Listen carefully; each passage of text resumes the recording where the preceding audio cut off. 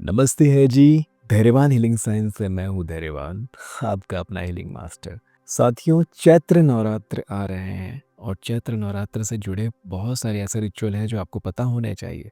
आप में से बहुत सारे लोग हीलर हैं, फिर चाहे वो रेकी हो, लामा फेरा हो, एंजल हीलिंग हो, प्राणिक हीलिंग, न्यूमरोलॉजी, ज्योतिष, वास्तु, किसी भी तरह की विद्या के आप जानकार हैं। नवरात्रि आपके लिए गोल्डन पीरियड हो सकता है। ये जो समय काल होता है, जब ठंड और गर्मी के बीच का जो समय होता है, जब मौसम बदल रहा होता है, तो ग्रहों की दशाएं, खासकर सूर्य और चंद्र की जो दशा होती है, वो इतना अनुकूल होता है सभी जातकों के लिए कि उस समय किए हुए उपवास और अनुष्ठान आपको बहुत ज्यादा फलते हैं। किसी भी तरह के शक्तिपात के लिए ये सबसे सुनहरा अवसर होता है, चाहे आप किसी भी उम्र के हो। तो आइए चर्चा करते हैं नवरात्रि में कैसे आप अपनी शक्ति बढ़ाएंगे।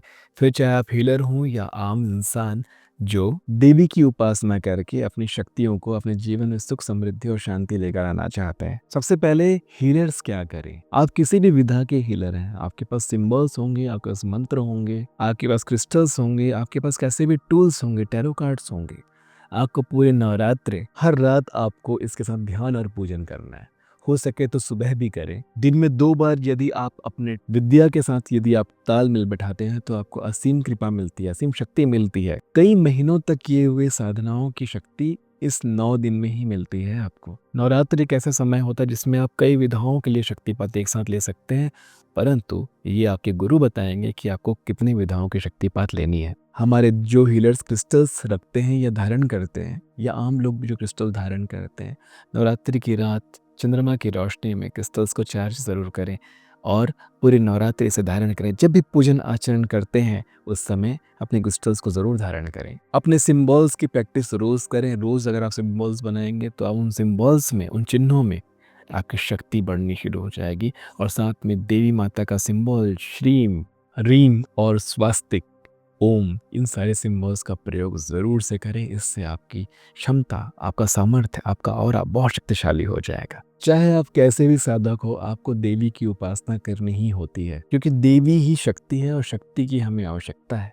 सभी देशों में अलग अलग नामों से देवी की उपासना की जाती है। गॉडेस हेकाटे के बारे में हमने बहुत चर्चाएं की है। गॉडेस हेकाटे एक देवी है और देवी शक्ति की हम इसमें भी पूजा करते हैं, रिचुअल्स करते हैं। ग्रीन तारा, रेड तारा माँ की हम पूजा करते हैं, हम उनकी उपासना करते हैं अलग अलग सिद्धियों के लिए, अलग अलग मनोकामनाओं के लिए। तो ये सारी इस कामनाएं नवरात्रि की साधना काल में हम आराम से कर सकते हैं। मेरी एक सलाह है, अपनी कोई भी साधना को गुप्त रूप से करिएगा, क्योंकि जनरली हम ये गलती कर बैठते हैं। कोई भी साधना शुरू करते हैं या करने वाले होते हैं या कर रहे होते हैं, हम जग को बताना शुरू कर देते हैं, बताना चाहते हैं, हम अपने नॉलेज को बांटना चाहते हैं। हम जो कर रहे हैं हम चाहते हैं उससे दूसरे लोग भी इत्तेफाक रखें।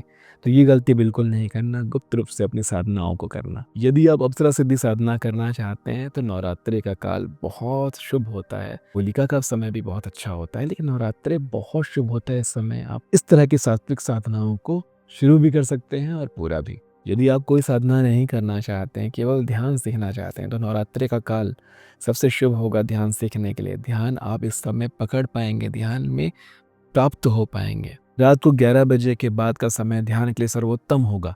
11 बजे के बाद जिस शांति में आप ध्यान लगाएंगे, आपने कभी ध्यान का अनुभव नहीं किया होगा, वह भी आप ध्यान का अनुभव कर पाएंगे। यदि आप अफर्मेशन करना चाहते हैं या विजुअलाइजेशन करना चाहते हैं तो रात को 11 बजे के बाद का समय सर्वोत्तम होगा आपके लिए। और ये केवल हीलर्स के लिए नहीं, आम लोगों के लिए भी है। तो आप इस समय काल में इसे ज़रूर कीजिए, विजुअलाइजेशन, अफर्मेशन ज़रूर कीजिए, ध्यान का अभ्यास ज़रूर कीजिए। जिनके जीवन में ब्लैक मैजिक का प्रभाव हो रखा है, नज़र दोष हो रखा है, रोज़ एक नींबू काट कर देवी माता में अर्पित ज़रूर करें। नींबू काटने से पहले नींबू को आप बिल्कुल अपनी भावना दे दीजिए कि इस नींबू को आप क्यों काट रहे हैं, इस नींबू के लिए आप क्या चाहते हैं, क्या होना चाहिए कि जो भी नज़र दोष है, जो भी काली शक्ति है, जो भी बुरी बाधाएं हैं मेरे घर में, मेरे जीवन में, वो कट जाए। ऐसा बोल के आप नींबू को काटिए, दोनों नींबू को अलग कीजिए और देवी माता के चरणों में चढ़ा दीजिए। एक इंसान के लिए एक नींबू का प्रयोग गुरुओं ने सिखाया है। यदि रिश्तों में कलेश चल रहे हैं तो देवी माता को पुष्प अर्पित करिए लाल रंग के। यदि जीवन में धन की दिक्कत है तो देवी माता को धान्य यानी कि चावल का अर्पण करें।